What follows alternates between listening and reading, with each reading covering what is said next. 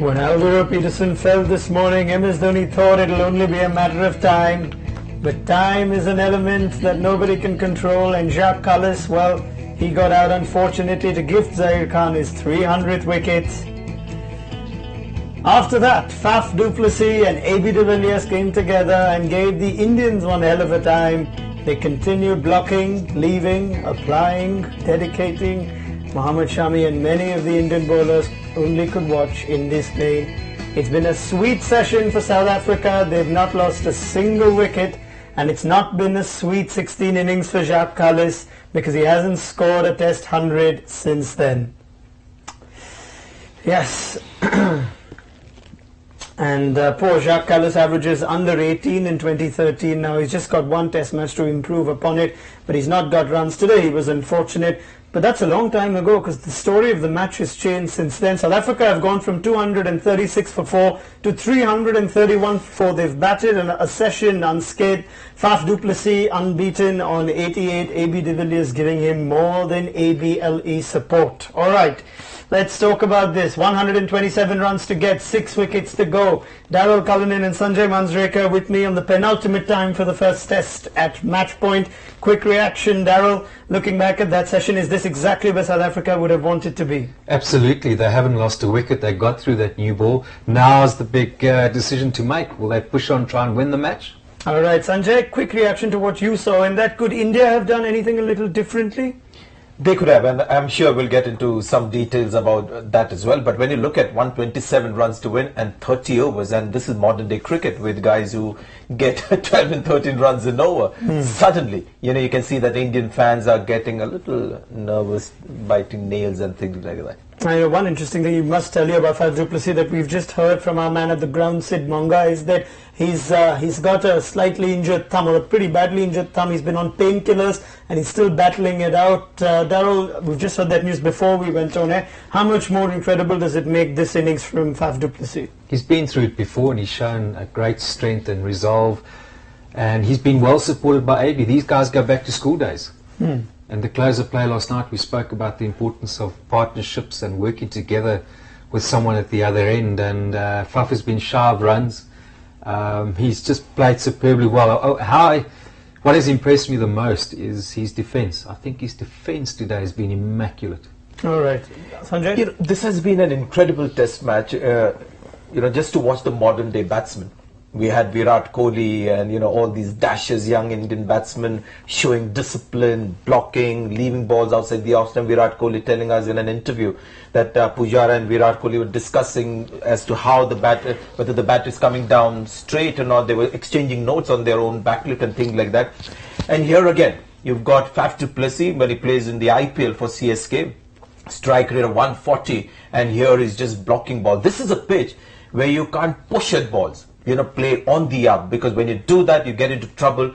And pushing at ball, hitting through the line is the way they play in limited overs cricket. So virtually most of the year they are hitting balls through the line, and here comes a test match, and I'm amazed by how they're able to adjust and just rein in their natural instinct. It's just been brilliant to watch. Yeah, and the other interesting element to note is that Faf du Plessis is still very young in his test career. He's not played much cricket, but AB de Villiers, we were just alarmed by the fact this morning that he's played 88 test matches. When we just took a wild guess, we didn't know he's played so much cricket. How much of a difference is it making that he's got somebody like AB at the other end? How important a role is AB playing? Hugely, because they, as I said, they go back a long way together, and they've complemented each other well. I think what will be uppermost in Dhoni's mind now at this break is neither of these have played a shot in anger. And if that does become the case, what does he do? All right, talking about AB de Villiers, Sanjay, this is somebody who's been huge for South Africa in all formats of the game. Amazing, like you said, that he can adapt from situation to situation. Take us through AB de Villiers and how big a role he could play going forward as well in this session now. It's, we all get a little surprised when we see the amount of cricket that, people have played these days, and suddenly we stumbled on this fact that he's getting close to 90 test matches, which then compels you to look at his batting career. And I think one of the things that we always do is look at a batsman and his versatility, in various conditions, to really know the true worth of a batsman. So when you look at AB's performance with the bat in various conditions, and the real test for a modern day batsman coming from South Africa is perhaps playing in England, because those conditions are different. Average of 54, India, turning pitches, average of 53. Australia, hard team, never easy playing in Australia, average of 44. And like all South African batsmen, playing at home is never, it's almost like playing away from home for Indian batsmen. Yes, he's also got some staggering numbers with regard to batsmen in 2013. We'll show you in just a moment as to how highly AB de Villiers is ranked in contrast in this year itself. Daryll, the other element that India have got to keep in mind, just before I come to Daryll Cullinan, just look at the numbers that AB de Villiers has. Top batting averages in 2013. The qualification for that, of course, as you can see, the bottom is we take batsmen only with a minimum of 600 runs. A huge average of 82. That's the highest on that list, and well ahead of Ross Taylor, who's also in staggering form at 66.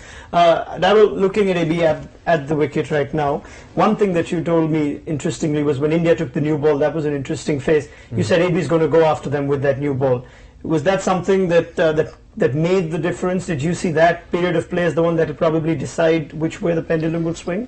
I didn't sense a purposeful intent to attack. He didn't really have to. India are attacking at that stage. There were gaps, were plenty, particularly in front of the wicket. Just coming back to those stats of his, they don't always tell a true story. It'd be interesting to see how AB has played under pressure when it really counts. And my immediate thought is he's been a man for all seasons. To help save a match, to attack. If we look at his overall career, he'd be one of your top 3 picks as a one-day batsman. And I've always enjoyed watching him play. He's just one of those guys that is entertaining. Yeah, putting Daryll Cullinan's point in perspective, take a look at AB's performance under pressure. We've tried to qualify under pressure as coming into bat at number 5 or 6 when South Africa are 50 runs or less. It wasn't a situation this time, but it tells you the mental application of the man. Daryll, good numbers when South Africa have been in trouble. Largely they've needed him to bail them out because he didn't come in at an easy situation. What does that tell you of AB who's more than a batsman? What's in his mind? Complete.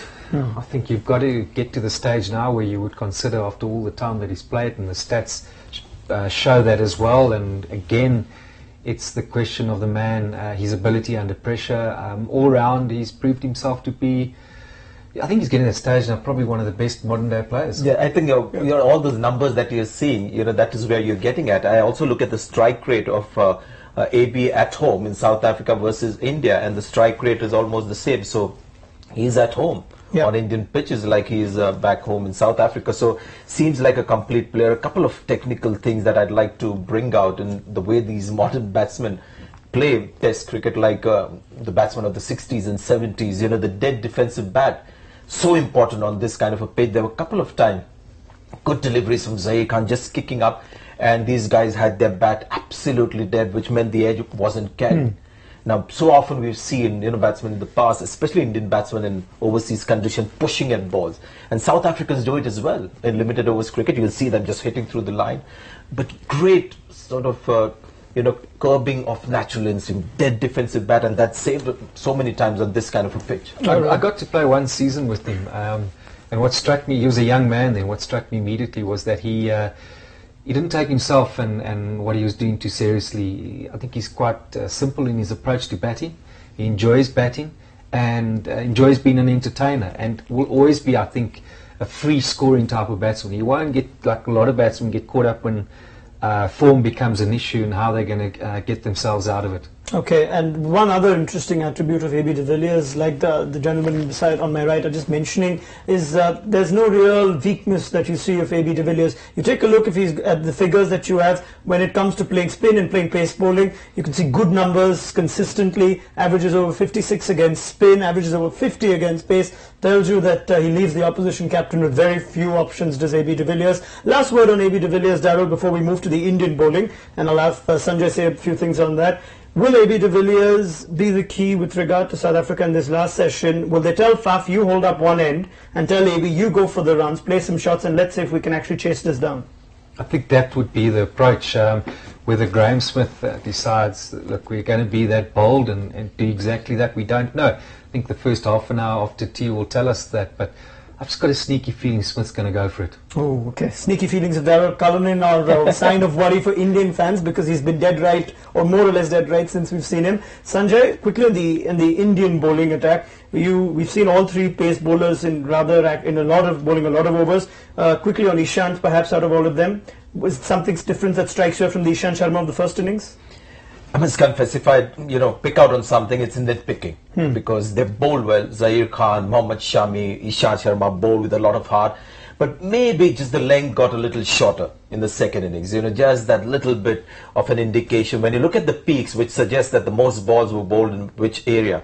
On the left-hand side, it's first innings, and you'll see that peak around the 4 meters and 6 meters. It's and closer to the 4 meters, you could see. Yeah, that's fuller. and the peak, the high point where he's most of his delivery is closer to 8 meters mark. So he's gone shorter, which tells you that he's also getting a little tired and maybe going to his natural length. Because it needs a bit of an effort to get fuller. People also asking why isn't Zaheer Khan bowling over the wicket? Yeah, that's something. And that's again a physically very demanding thing to do, because over the wicket there are two ways you can get a batsman out with the ball: swinging back in and getting him out leg before the ball leaving.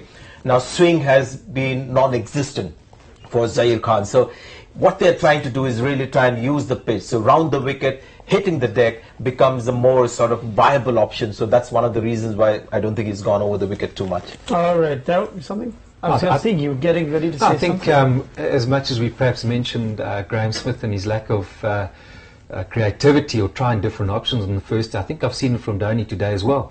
They've gone in with a view that, right, let the pitch do the work for us, just get the ball there, and it hasn't happened. I'm a bit, why didn't Zaire press for just an over? We didn't come over the wicket. Why not a concerted effort around the short ball trying to get a wicket like that? Perhaps the horse is bolted now. If he does, it'll give away runs too quickly and put India on the back foot. If he should have shown it earlier. Okay, it's interesting you mentioned the pitch, because I think we've got some questions that have come from the fans and the viewers. Let's take a look at the first question. This one comes from Subhash. Yes, from Cricinfo followers would know this is Subhash Jayaraman, who writes on the cordon on Cricinfo, the cricket couch. Surprised the fifth-day pitch didn't play more tricks? Daryll? Yes, we always anticipated that it would get a lot worse. And it has surprised. It seems as if it's just flattened out. But, if you look at the bowling to guys that have tired, that drop pace, and that can also play a role. That bit of zip that's lacking can often give you the idea that there is still something in the pitch. And I kept saying, with the thick grass covering, although it's dead grass, then the cracks don't widen up. When you have grass covering, it just tends to hold the cracks together a little longer. Yeah, I think the second question also was a little related to the pitch itself. If I remember correctly, I think we've answered the second question as well. Pitch looks to get better with the day. Batting isn't that tough. Now, it's similar. That Desigiri sends this one, but that's your view of the way the batsmen have played. There haven't been as many demons in the pitch. They're looking okay to play some shots. Combination of the pitch, not giving enough back to the bowlers, and also the fact that this Kookaburra ball is, difficult. Once it gets a little soft, the seam offers you nothing. So there's no hard seam hitting the pitch, and you don't get too much reaction, which you would have got perhaps with the SG test ball. All right, credit to the South African batsman to see out that second new ball. There's not going to be any more new balls. Last question. Let's see this one. Yeah, Nitish Shukla. Does Cullinan have a wide smile on his face right now? This was probably sent at a time where Faf and AB were doing is that a white smile, or it's a I'm purely independent here. I'm just to comment on what cricket we have in front of us. Okay. Look, it's not over yet. Yes. And I can't help thinking, I don't know what you guys feel, that we just may see a wicket or two full. Dumini, the tail. So that's why I don't think Graeme Smith is going to tell his batsmen to go after it right now, because just imagine the scenario. They lose a wicket now, Dumini coming in next, another wicket, and suddenly, South Africa is trying to save the match. They'll take their time if they're going to accelerate. Okay, now, this is the final session of play on the final day of the first test match. 127 runs for South Africa, or see out the session without losing 6 wickets. 30 overs in that. India need to get those 6 wickets. What's happened in the fourth session in this test match? Let's quickly show you to put things in perspective. Of course, day 1 would have been harder to bat. On day 1, 91 runs and a wicket. Day 2, 95 for 5. Now, what those numbers will tell you is, can you score 127 runs in the final session? Yes, you can. Can you take 6 wickets in the final session? Well, it's not been done, but maybe 5 will be enough with no Mone Morkel. So perhaps 5 wickets could also be enough for India. We don't know what's going to happen. We've seen Mone Morkel jog around. We've actually seen him, and Sanjay and Daryll feel that he's good enough to bat in case South Africa need it. Yeah. Let's quickly remind you of where the match stands as we head for the final session of play. It's an intriguing session of play. 331 for 4 South Africa. They need 127 more to win. I'm giving you all the numbers. Don't worry about looking at it. You can look at me while I say it to you. Okay. Maybe you can't. 127 to get. Another 6 wickets for India. 30 overs of play, provided bad light and the weather don't play spoiled sport. let's quickly get your predictions, gentlemen, because we need that before we go off. Is it still that likely scenario of India win, draw, South Africa win, Sanjay? It's losing its strength. The likely scenario that I had picked up, clearly losing its strength. Okay, so Daryll, Cullinan, do you agree with Mr. Manjrekar? Great escape. The great escape. Does that mean South Africa will draw it or they'll win it? I'd love to see them win it simply because it will make for a good test match. And whatever the scenario, I think we've been treated to a fantastic test match. It's gone 5 days. That in itself is testament to how good the test match is. Fantastic. And this is something now my very kind producer is throwing in as a surprise for Daryll Cullinan. Look at this game. Roll back the years. 1996-97. This is a game where DJ Cullinan, right at the bottom over there, saved a match for South Africa. You remember this one, Daryll? Quick thoughts, quick reaction before we go to live action. Memories of this one? It was a wonderful batting wicket. You're being very kind, Daryll Cullinan. Okay, so like Daryll and Sanjay have said, it's a fantastic test match. The benchmark of a good test match is when it goes 15 sessions and all results are still very much possible. Don't forget, I threw in a tie in the morning. Let's see what happens in the final session. Join us at Stumps. One way or the other, there will be a lot of points to make and Match Point will make all of them. Enjoy the cricket. Goodbye.